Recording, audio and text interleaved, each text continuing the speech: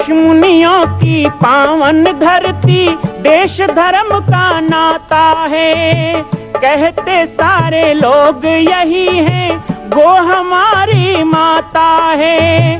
जाग उठो ओ भारतवासी, जाग उठो ओ भारतवासी, गो पर छुरियां चलती हैं।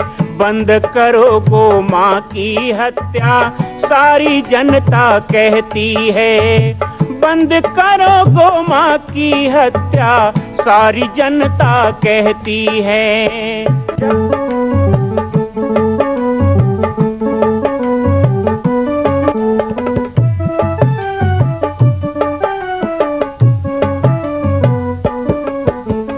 जगह जगह पर बूचड़ खाना, लाखों गौएं कटती हैं।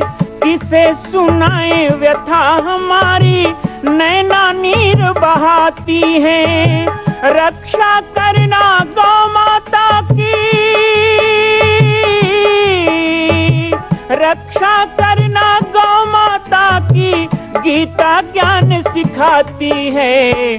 बंद करो गो माँ की हत्या, सारी जनता कहती है।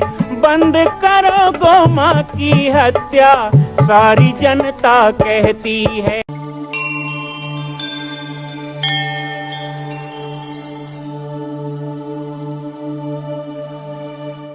माँ चंद्रघंटा के स्वरूप का वर्णन यदि हम करें तो माँ चंद्रघंटा श्वेत वस्त्र धारिणी, सिंह पर सवार, श्वेत पुष्पों की माँ चंद्रघंटा की पूजा में हमें श्वेत पुष्पों का, खीर का भोग भी लगाना चाहिए। माँ चंद्रघंटा श्वेत वस्त्र धारिणी है, अर्थात श्वेत वस्त्र का भी दान आज के दिन ब्राह्मण कन्याओं को करना चाहिए। हमारे शास्त्रों में कहा गया है कि चंद्रघंटा के पूजन से दो प्रकार की प्राप्ति हमें होती है। एक होती है अस्थि, दूसरी होती है प्राप्ति। अस्थि अर्थात हमारे द्वारा किए गए संपूर्ण कर्मों का समर्पण भाव, परमात्मा को या माँ को अर्पण करने का एक स्वभाव। और दूसरा प्राप्ति, संसार में जो हमें नहीं मिला है ऐसे आश्चर्य एवं दुर्लभ सिद्धियों को प्रदान करता। पिता रूप में वह पालन करता, संयोजन करता, हमारे शरीर को और हमारे कर्मों को और गुणों को विकसित करने वाला एक पुरुष होता है। लेकिन माँ के रूप में वह अनंत रूपों में हमारे भीतर विद्यमान है।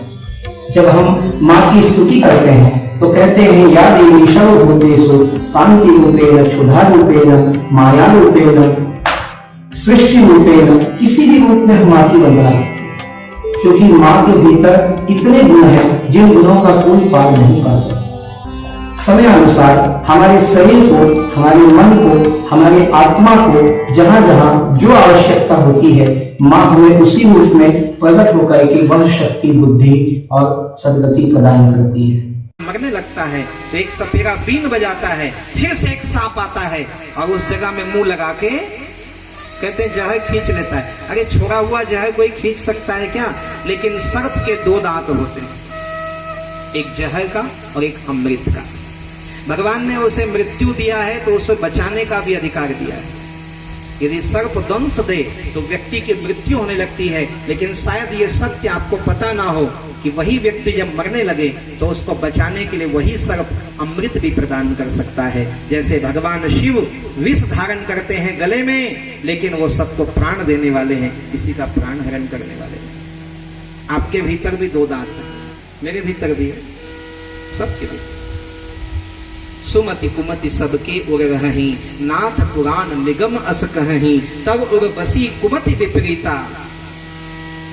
विभीषण ने रावण को कहा था कि भैया सुमति और कुमति, कुमति ही जहर है, सुमति अमृत है। अभी हम यहाँ अच्छे से बैठे हैं, सुमति सुनता सलाह होके बढ़िया, अमृत जैसा लग रहा है, अमृत बरस रहा है। लेकिन नहीं, झगड़ा झांसा हो जाए, मार काट हो जाए, खून खराबा हो जाए तो जहर हो जाए। समता अमृत और विषमता विष है। अपने भीतर का विष वमन मत करो, लेकिन अपने भीतर जो भगवान ने अमृत दिया है उसको पूरे संसार में बांटो। यही उद्देश्य है जीवन का। अमृत है हमारे भीतर दया का अमृत है, हमारे भीतर प्रेम का अमृत है, हमारे भीतर मुस्कुराने का अमृत है, हमारे भीतर खुशी देने का अमृत है, मीठे बोल बोलने का अमृत है। जानवर थोड़े मीठा बोल बोलेगा। कुत्ता भूखता है, गुस्सा है तो भी भूखता है, खुश होगा तो भी भूखता है, उसको भूख नहीं आता है। कभी देखे हो कि कुत्ता को रोटी खिलाओ तो गाना गाए? भूखेगा ही, खुशी दिखाने के लिए भी भूखेगा, गुस्सा दिखाने के लिए भूखेगा, तुमको काटने के लिए भी भूखेगा, और तुम खाना दो तो खुशी जताने के लिए भूखेगा। लेकिन एक मनुष्य है जो गुस्सा भी गाली देके दिखाता है और प्रेम प्रसन्न होकर दिखाता है। किसी ने बहुत अच्छी बात कही कि हंसना और मुस्कुराना किसी के सौभाग्य में भगवान ने दिया है तो मनुष्य के सौभाग्य में दिया है। फिर भी हम अपना चेहरा बिगाड़ के बैठे हैं, फिर भी हम अपना दिमाग खराब करके बैठे हैं, फिर भी चिंता का बोझ लेके बैठे हैं। कई लोग तो चेहरा ही ऐसा बना लेते हैं कि देखते ही मूड खराब हो जाए। बहुत तकलीफ हो रही है, बहुत कष्ट हो रहा है, लेकिन कष्ट तो उसको हो रहा है, लेकिन उसको कोई देखने जाए ना, उसको ज्यादा कष्ट हो जाता है, वो चेहरा ही ऐसे बना बैठता है। पर कई लोग होते हैं जो अपना कष्ट छुपा करके दूसरों को सुख देते हैं। ये दो प्रकार की वृत्ति मनुष्य में है। एक जहर उगलने की वृत्ति है। आदमी से जहरीला कोई प्राणी नहीं होता। सबसे जहरीला प्राणी कोई है तो मनुष्य है, लेकिन सबसे पवित्र और पावन कोई है तो वो मनुष्य ही है। अब बनना क्या है हमें तय करना होगा। इसलिए कहता हूं कि हम भगवान के अंश हैं, हम मां भगवती के अंश हैं, हम अमृतस्य पुत्र हैं। हमें जहर नहीं उगलना, हमें विष नहीं बोना, हमें समाज में जो विष बोने वाले हैं ऐसे लोगों का दमन करना है। अन्याय को, अधर्म को, अनीति को, कुरीति को खत्म करना है। सभी संतों ने सद्भाव बताया, प्रेम बताया। ज्ञान की उपमा ही दे दी कि ढाई आखर प्रेम का पढ़े सो पंडित होए। चाहे कितने ग्रंथ पुराण पढ़ लो, झगड़ा फैलाते हो, द्वेष फैलाते हो, वैमनस्यता फैलाते हो, किसी के धर्म में बाधा डालते हो, तो समझ लो कि तुम बीच में आती। कल हमने चर्चा किया कि मां भगवती कई रूपों में विराजमान है। शांति रूपेण संस्थिता, भक्ति रूपेण संस्थिता, मातृ रूपेण संस्थिता, दया रूपेण संस्थिता।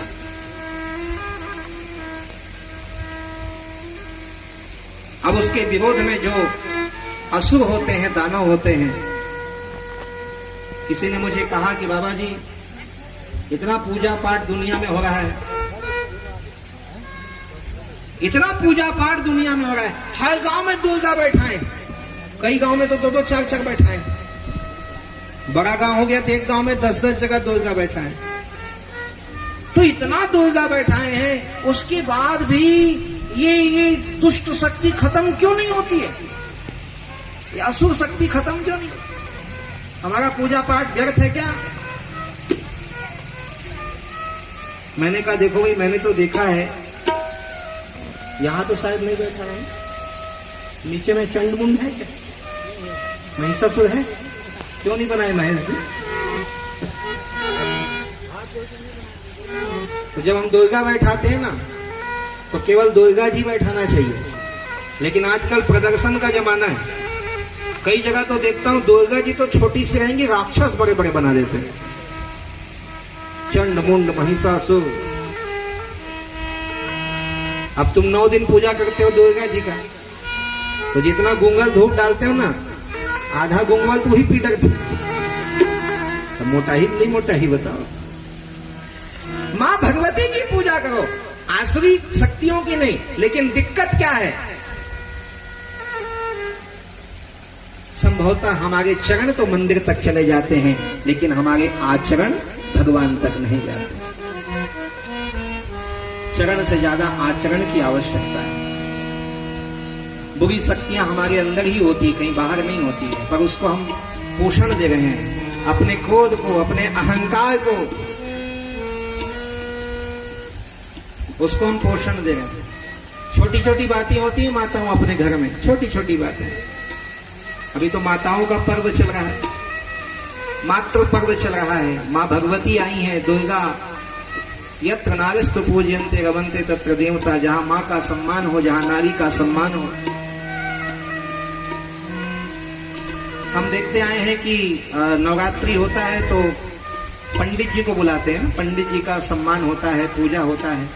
अच्छा, पंडा को भी सम्मान करते हैं, धोती नारियल देते हैं, पंडा का भी सम्मान होता है, पंडित का भी सम्मान होता है, मूर्ति बनाने वाले को भी भेंट दक्षिणा। मां कौशल्या की पावन जन्मभूमि छत्तीसगढ़ प्रांत में बालोद जिला में स्थित है श्री सर्वसिद्ध शक्तिपीठ जामड़ी पाटेश्वर धाम। परम पूज्य सद्गुरुदेव राजयोगी बाबा जी की तपस्थली श्री पाटेश्वर धाम और विश्व के अद्वितीय मां कौशल्या जन्मभूमि मंदिर निर्माण का दर्शन करने और इसी प्रकार समसामयिक विषयों पर अपना ज्ञानवर्धन करने के लिए और 10,000 गायों के लिए बनने वाले श्री हनुमान नंदीशाला गो अभ्यारण्य का समाचार प्राप्त करने के लिए आप सभी देखते रहें YouTube चैनल पर राम बालक दास, और हमारे चैनल को आप सभी सब्सक्राइब करें, घंटी का बटन दबाएं ताकि आप सूचनाओं से जुड़े रह सकें। जय श्री राम, जय गौ माता, जय गोपाल।